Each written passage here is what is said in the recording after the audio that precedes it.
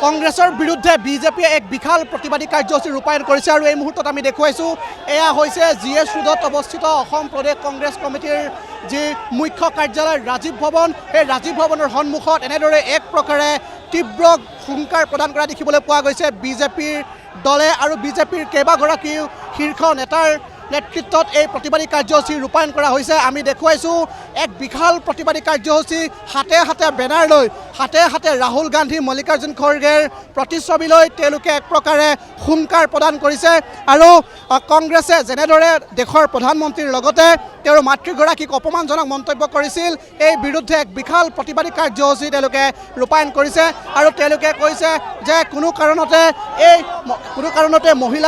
মহিলাক এনেদৰে অপমান কৰা কাৰ্যক তেওঁলোকে এক প্ৰকাৰে ধিক্কাৰ জনাইছে আমি দেখুৱাইছোঁ এইসকল প্ৰতিবাদকাৰী আমি দেখুৱাইছোঁ আৰু মেয়ৰ মৃগেন শৰণীয়া আছে আমি তেওঁৰ সৈতে কথা পাতিবলৈ যত্ন কৰিম আৰু বিশেষকৈ আজি আপোনালোকে প্ৰতিবাদ সাব্যস্ত কৰিছে কি ক'ব বিচাৰিব বিশাল প্ৰতিবাদ নহয় এইটো মাননীয় প্ৰধানমন্ত্ৰীৰ মাকৰ নামত কোৱা কথা নহয় সমগ্ৰ ভাৰতবাসীৰ মাকৰ নামত কোৱা কথা হয় যি প্ৰধানমন্ত্ৰী এক পেৰ মাকে নাম কৈ আছে তাক ৰাহুল গান্ধীৰ নিচিনা এক নিষ্কৰ্মা ব্যক্তিয়ে তেওঁৰ মাকৰ নামত যি বেয়া কথা আলোচনা কৰিছে সেইটো সঁচাকৈ দুখনীয় কথা প্ৰতিগৰাকী মাকক দুখ দিছে সেই ধৰণৰ দুখ দিয়া মানুহজনক আমি বহিষ্কাৰ কৰিছোঁ তেখেতৰ অসমত ভ্ৰমণ আমি নিষিদ্ধকৰণ কৰিছোঁ তেখেতে যদি ভ্ৰমণ কৰিব আহে তেনেহ'লে তেখেতৰ আগত প্ৰতিবাদীৰ সন্মুখীন হ'ব লাগিব আৰু এনেদৰে প্ৰতিবাদ আমি দেখুৱাইছোঁ আৰু এক বিশাল প্ৰতিবাদী কাৰ্যসূচী বিজেপিৰ যিসমূহ কাৰ্যকৰ্তা আছে তেওঁলোকে হাতে হাতে বেনাৰ লৈ এই আৰক্ষীয়ে দিয়া বেৰিকেডৰ যি তেওঁলোকৰ এয়া দেখুৱাইছোঁ বেৰিকেড ওপৰলৈ উঠি তেওঁলোকে প্ৰতিবাদ সাব্যস্ত কৰিছে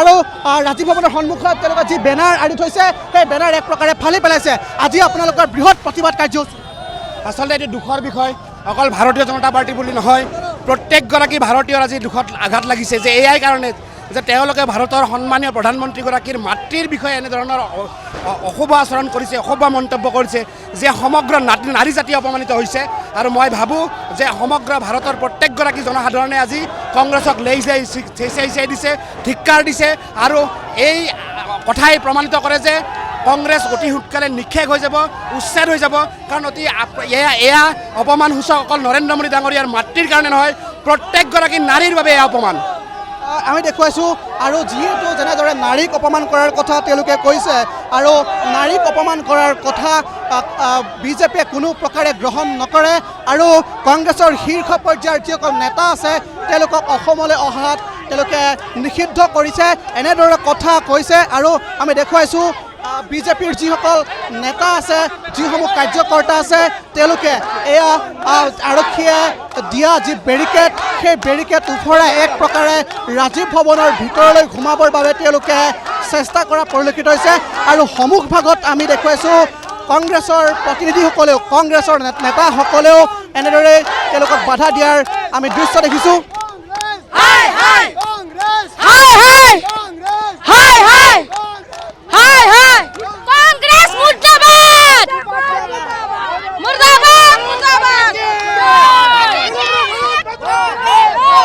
Rahul Gandhi, go back! Go back! Go back! আৰু আমি দেখুৱাইছোঁ প্ৰতিবাদ সাব্যস্ত কৰিছে ৰাহুল গান্ধী মুৰ্দাবাদ, মাল্লিকাৰ্জুন খাৰ্গে মুৰ্দাবাদ, এনে ধ্বনি দি তেওঁলোকে প্ৰতিবাদ সাব্যস্ত কৰিছে।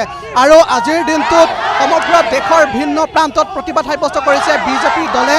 আৰু আজি গুৱাহাটী মহানগৰীত ভঙাগড়ৰ পৰা GS ৰোডৰ এই ৰাজীৱ ভৱনলৈ এনেদৰে বিশাল প্ৰতিবাদ সাব্যস্ত কৰা দেখিবলৈ পোৱা গৈছে। আৰু আমি দেখুৱাইছোঁ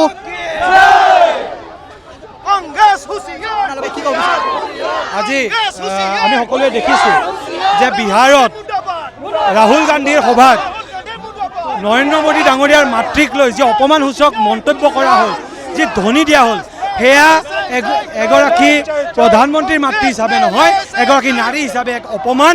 আৰু প্ৰয়াত মাতৃগৰাকীক এনেধৰণে নিজৰ ৰাজনৈতিক কু অভিসন্ধি পূৰণ কৰিবলৈ গৈ ৰাহুল গান্ধীৰ সন্মুখত কংগ্ৰেছে যি এই ধ্বনি দিলে, তাৰ পৰা প্ৰমাণিত হয় যে ৰাহুল গান্ধীৰ নেতৃত্বত এই ধ্বনি দিয়া গৈছে। আৰু কংগ্ৰেছ দলৰ এই যি স্বভাৱ, এই অতি পুৰণি এক স্বভাৱ, এই পুৰণি এটা স্বভাৱ। আৰু আমি আজি তাৰ বিৰুদ্ধে এই প্ৰতিবাদী কাৰ্যসূচী গ্ৰহণ কৰিছোঁ। আৰু এনেদৰে প্ৰতিবাদ সাব্যস্ত কৰিছে সকলো লোক, কাৰ্যকৰ্তাসকল ওলাই আহিছে বিজেপিৰ। আৰু আনফালে মই এটা দৃশ্য দেখুৱাইছোঁ, কংগ্ৰেছৰ যিসকল দলীয় নেতা কৰ্মী আছে তেওঁলোকেও প্ৰৱেশদ্বাৰত ভেটা দি এক প্ৰকাৰে এই বিজেপিৰ দলীয় নেতা কৰ্মীসকলক বাধা দিয়া পৰিলক্ষিত হৈছে। কংগ্ৰেছে এইবাৰ বুলিয়ে নহয়, সদায় তাহাঁতে প্ৰধানমন্ত্ৰীক অপমান কৰে, ৰাষ্ট্ৰপতিক অপমান কৰে, উপৰাষ্ট্ৰপতিক অপমান কৰে, ইলেকশ্যন কমিশ্যনক অপমান কৰে, ভোট চুৰিৰ নিচিনা বেয়া বেয়া শব্দ কৈ পিনে অপমান কৰে। তাহাঁতে দিনে নিশাই ভাৰতবৰ্ষ, ভাৰতীয় সংবিধানক দুৰ্বল কৰা যি কাম কৰি আছে তাক আৰু আমি সহ্য নকৰোঁ। সেইকাৰণে আমি আজি স্বতঃপূৰ্তভাৱে চব আমাৰ কাৰ্যকৰ্তা, শুভাকাংক্ষী ৰাইজ আজি ওলাই আহিছে। কংগ্ৰেছৰ ৰাজ্যিক কাৰ্যালয়ৰ সন্মুখত আমি প্ৰতিবাদ জনাইছোঁ। আমি প্ৰতিবাদ জনাইছোঁ যাতে ভৱিষ্যতে কংগ্ৰেছে এই ধৰণৰ কাম নকৰে, নহ'লে অহা দিনত কংগ্ৰেছে, ৰাইজে এনেকুৱা শিক্ষা দিব কংগ্ৰেছক, দূৰবীণ লগায়ো কংগ্ৰেছক বিচাৰি পোৱা অৱস্থা অসমত বা ভাৰতবৰ্ষত নাথাকিব। আৰু দেখুৱাইছোঁ আনফালে যিসকল বিজেপিৰ নেতাকৰ্মী আছে তেওঁলোকে এক প্ৰকাৰে কংগ্ৰেছৰ ৰাজীৱ ভৱনৰ চৌহদত সোমাবৰ বাবে তেওঁলোকে চেষ্টা কৰিছে।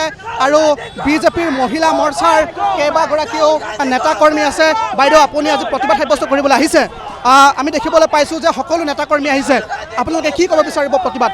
আমি প্ৰথমতে তীব্ৰ গৰিহণা জনাইছোঁ এগৰাকী মাতৃৰ প্ৰতি ৰাহুল গান্ধী ডাঙৰীয়াৰ যেনেকুৱা অপমানসূচক মন্তব্য, সেয়া কেৱল এগৰাকী মাতৃৰ প্ৰতি নহয়, দেশবাসীৰ প্ৰত্যেকগৰাকী মাতৃৰ প্ৰতি অপমানসূচক মন্তব্য।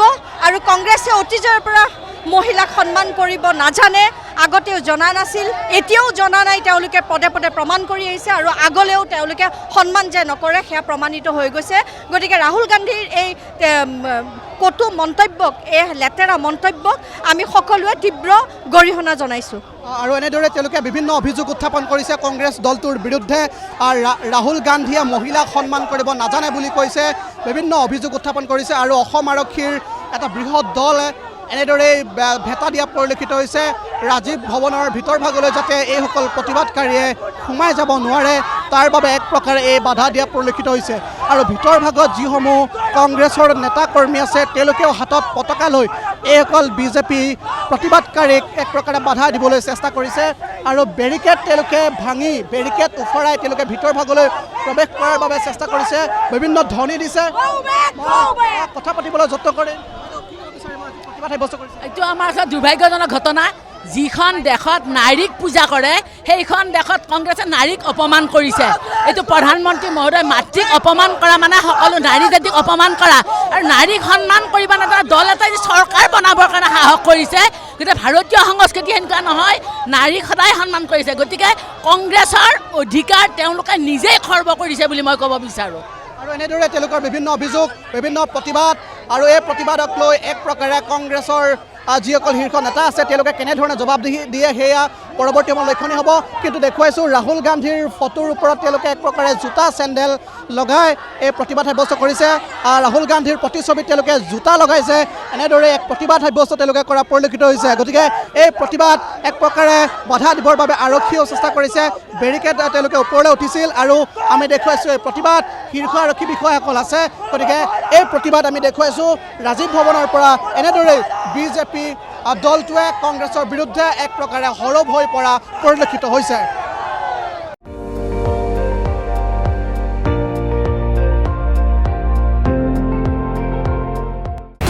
আপুনি চাই আছে ND24 সৰ্বশ্ৰেষ্ঠ নহয় সৰ্বোত্তমৰ দৌৰ